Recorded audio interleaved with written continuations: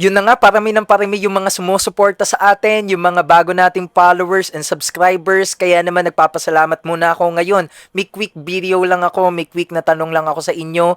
Kapag ba gumawa ako ng mga series and contents about Web3, crypto, and airdrops, so supportahan nyo ba ako? Papanoorin nyo ba ako? Kasi pinupulso na muna natin yung market, pinupulsahan muna natin yung audience bago tayo magtuloy-tuloy no diyan sa contents na yan. Kaya yun lang mga ka-traders. Pero marami pa talaga akong contents na gagawin dyan. Hintayin nyo lamang po.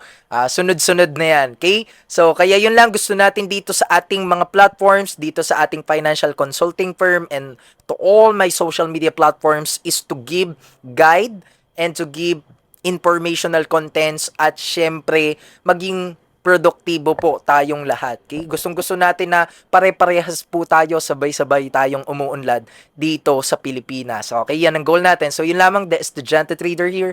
See you on my next vlog.